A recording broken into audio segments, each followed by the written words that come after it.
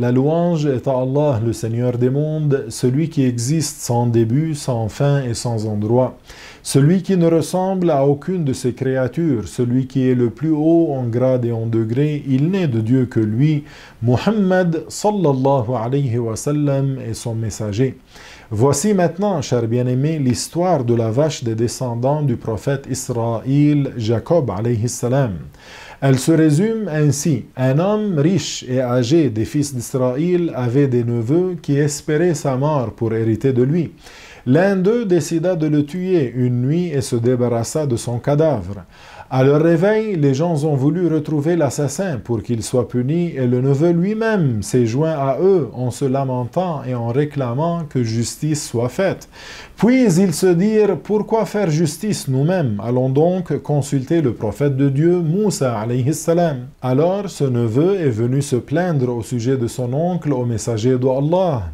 Moïse alayhi salam, qui en entendant cela a demandé que toute personne ayant des informations sur le coupable les lui communique. Mais personne ne savait rien. Ils requirent du prophète alayhi salam qu'il demande à son Seigneur qu'il les aide à trouver le coupable. Allah l'exauça, lui révéla de leur ordonner d'égorger une vache. Ils répliquèrent « On t'interroge au sujet d'un meurtrier et tu nous dis de faire ça ?»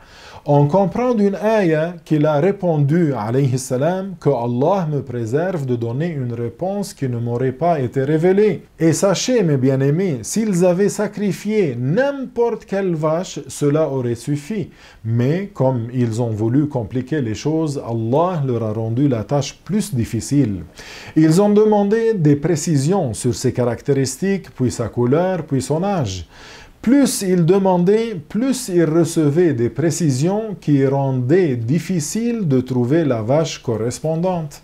À la fin, ils dirent qu'ils savaient de quelle vache il s'agissait. Une telle vache était très rare et ils trouvèrent une qui avait toutes ses caractéristiques chez un homme bienfaisant envers sa mère.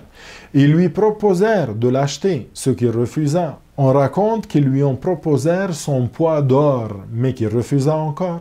Finalement, il leur vendit contre 10 fois son poids en or. Allahu Akbar. Ils l'ont ramené à Moussa alayhi salam qui leur a donné l'ordre de la sacrifier.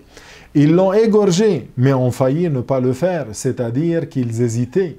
Puis Moussa alayhi salam leur a indiqué de frapper le mort avec une partie de cette vache, peut-être sa cuisse.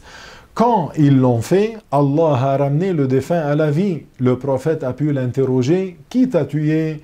Il répondit « C'est mon neveu qui m'a tué. » Allahu Akbar. Après l'avoir identifié, il est redevenu comme il était, c'est-à-dire mort. Et Dieu est plus savant et plus sage.